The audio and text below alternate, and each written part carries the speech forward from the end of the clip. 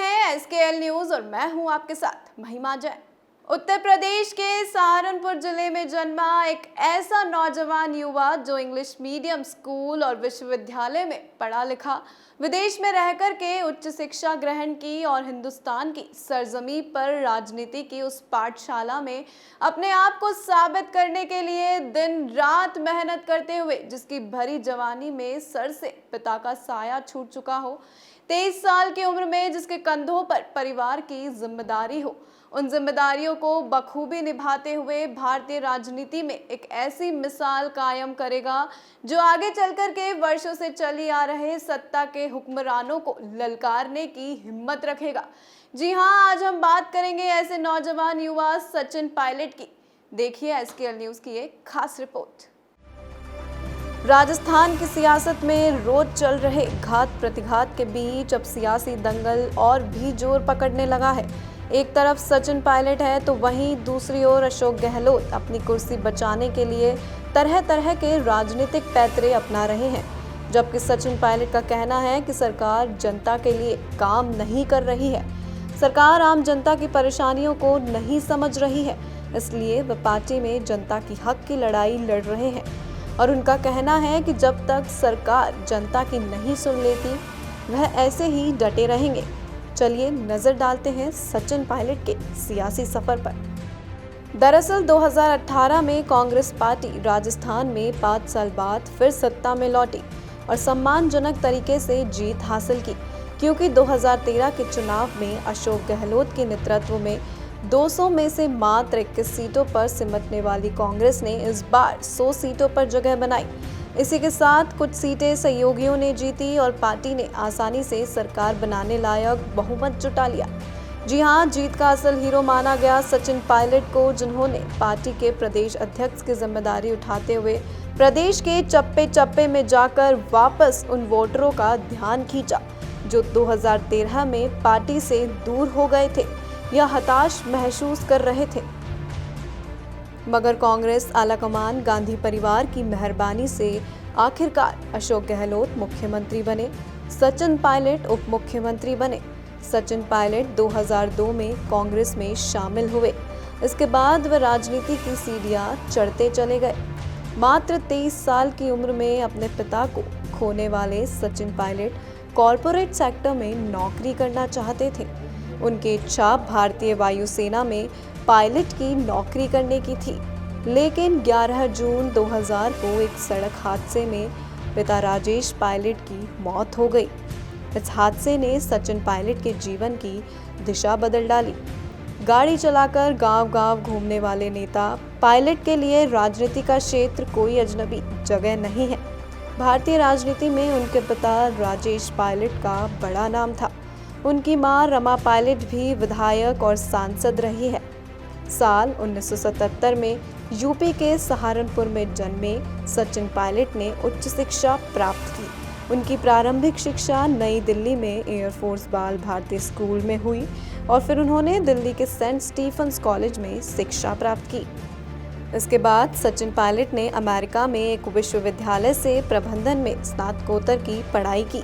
Congress party में शामिल होने से पहले सचिन पायलट बीबीसी के दिल्ली स्थित कार्यालय में बतौर इंटर्न और अमेरिकी कंपनी जनरल मोटर्स में काम कर चुके थे, लेकिन बचपन से वो भारतीय वायुसेना के विमानों को उड़ाने का ख्वाब देखते आए थे।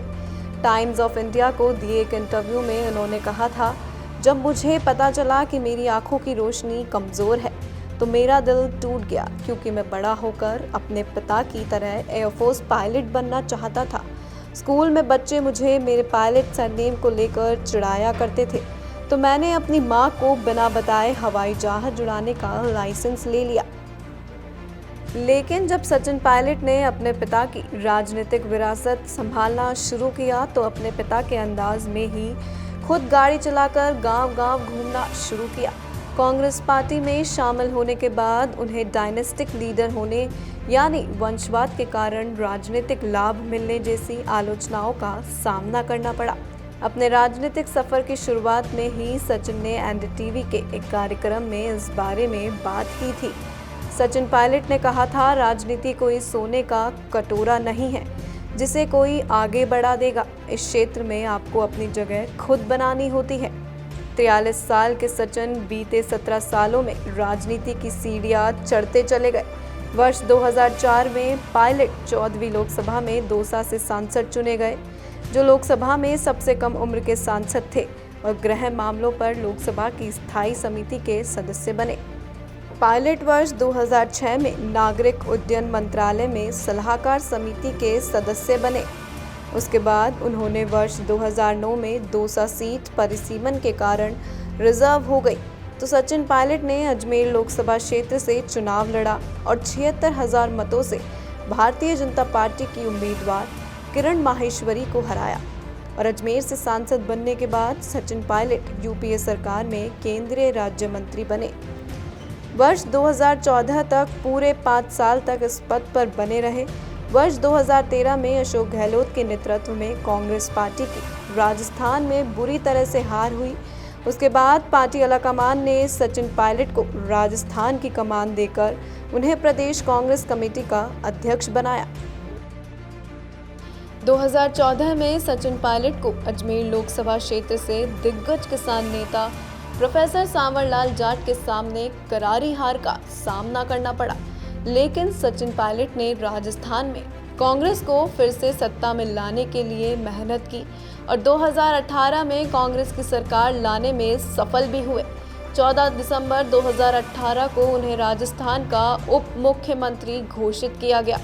सचिन ने अपने राजनीतिक सफर के बारे में कहा था, जब मेरे पिता जिंदा थे तो मैंने कभी उनके साथ बैठकर अपने राजनीतिक सफर को लेकर कोई चर्चा नहीं की, लेकिन जब उनकी मौत हो गई तो जिंदगी एकदम बदल गई। इसके बाद मैंने सोच समझकर राजनीति में आने का फैसला किया। किसी ने भी राजनीति को मेरे ऊपर थोपा नहीं। मैंने अपनी पढ़ाई से जो कुछ भी सीखा था, मैं उसकी बदौलत सिस्टम में एक बदलाव लाना चाहता था। दलाई लामा से सीखी विनम्रता, दौसा और अजमेर से सांसद रहे। सचिन पायलट 2018 में हुए विधानसभा चुनावों में टॉक से कांग्रेस पार्टी की टिकट पर विधायक चुने गए। इस दौरान उन्होंने कई जगह चुनावी सभाएं की और लोगों से सीधा रिश्ता बनाने की कोशिश की। एक रैली के दौरान जब सचिन पायलट चुनावी सभा में देरी से पहुंचे तो उन्होंने उनको सुनने आए लोगों से माफी भी मांगी। हिंदुस्तान टाइम्स को दिए एक इंटरव्यू में सचिन पायलट ने कहा, मैं दलाई लामा का काफी सम्मान करता हूँ। किसी भी व्यक्ति की असली ताकत वो होती है जब कोई व्यक्ति आपके साथ 30 सेकंड भी बिताता है तो आपके अंदर विनम्रता, धैर्य और चेहरे पर वो मुस्कान रहे, जिससे लोग आपके साथ सहज हो जाएं। वो बीते 50 सालों से इसी मुस्कान के साथ जी रहे हैं। सचिन पायलट ने जम्मू कश्मीर के पूर्व मुख्यमंत्री फारूक अब्दुल्ला की बेटी सारा से शादी की है। इंडियन टेरिटोरियल आर्मी में अधिकारी रह चुके सचिन ने मुस्लिम समुदाय की लड़की से शादी करने पर सवाल उठाने वालों को एक इंटरव्यू में खुलकर जवाब दिया था। सिमी ग्रेवाल से बातचीत के साथ एक इंटरव्यू में उन्होंने कहा, धर्म एक बहुत ही व्यक्तिगत मसला है। जब आप जिंदगी के अहम फैसले लेते हैं तो धर्म और जाति के आधार पर ही फैसला नहीं लेना चाहिए। कांग्रेस युवराज राहुल गांधी के सबसे करीबियों में गिने जाने वाले सचिन को अपनी बात साफ गोई के साथ रखने वाला नेता माना जाता रहा है। ब्लूमबर्ग क्विंट को दिए इंटरव्यू में सचिन पायलट कहते हैं, मैं मानता हूं कि राहुल गांधी एक ऐसे व्यक्ति है जो कि समाज के लिए कुछ करना चाहते हैं और उनके अंदर ताकत की भूख नहीं है। राजस्थान में सचिन पायलट को मुख्यमंत्री पद का दावेदार माना जा रहा था, लेकिन कांग्रेस नेतृत्व ने अशोक गहलोत को मुख्यमंत्री पद की कमान सौंप दी। गंभीर मुद्दों पर स्पष्टता के साथ बात करने वाले सचिन पायलट को इस दौरान खुलकर ठहाके लगाते हुए भी देखा जा सकता है। राजनीति में ऐसे कम ही लोग हैं जो खुलकर ठहाके लगाते हैं। उन्हें अपनी बात को प्रभावशाली ढंग से प्रस्तुत करने की महारत हासिल है। इसमें तर्क भी होते हैं और शब्द भी। वर्तमान दौर में सचिन पायलट कांग्रेस पार्टी में अपने अस्तित्व और स्वाभिमान की लड़ाई लड़ रहे हैं। जी हां, राजस्थान में वो कांग्रेस पार्टी को सत्ता की दहलीज तक ले आए, पर सोनिया गांधी और प्रियंका गांधी ने मिलकर राजस्थान का मुख्यमंत्री अशोक गहलोत को चुना और मुख्यमंत्री बनने के बाद अशोक गहलोत ने सचिन पायलट को पार्टी में वह तवज्जो नहीं दी जिसके वे हकदार थे। और इसी की वजह से सचिन पायलट ने आलाकमान से बातचीत करने की कोशिश की, पर आलाकमान ने भी कोई दिलचस्पी नहीं दिखाई। और जब सचिन पायलट अपने समर्थक मंत्री विधायकों के साथ दिल्ली गए तो अशोक गहलोत ने उन्हें पीसीसी अध्यक्ष के पद से और उप मुख्यमंत्री पद से नालायक, नाकारा, निकम्मा कहकर बर्खास्त कर दिया और दोनों कैंप बाड़ाबंदी में शिफ्ट हो गए। लंबे घटनाक्रम के बाद प्रियंका गांधी ने मध्यस्थता कर 3 सदस्य समिति का गठन किया जो राजस्थान कांग्रेस में चल रहे घटनाक्रम का निस्तारण करेंगे। लेकिन कमेटी के चेयरमैन अहमद पटेल के इंतकाल के बाद कोई बैठक नहीं की गई, जिससे कई महीनों से पायलट और गहलोत ग्रुप में घात प्रतिघात का दौर लगातार जारी है। पर अब भी सचिन पायलट की जंग जारी है और उनका कहना है, जब तक सरकार नहीं सुनेगी तब तक मैं जनता के हक के लिए लड़ाई कांग्रेस पार्टी में लड़ता रहूंगा।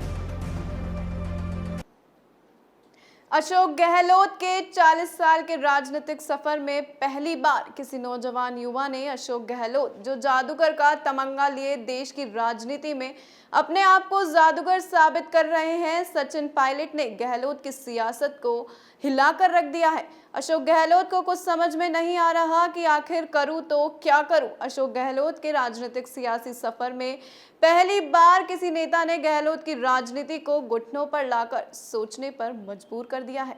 फिलहाल के लिए इतना ही। आप देखते रहिए SKL न्यूज़। एक बार वो वाली पल पल बदलती दुनिया की खबरों की जानकारी के लिए आज ही SKL न्यूज़ को सब्सक्राइब करें। हर अपडेट से जुड़ने के लिए बेल आइकन को दबाएं और SKL न्यूज़ के वीडियो को लाइक करें, शेयर करके सभी तक पहुंचाएं।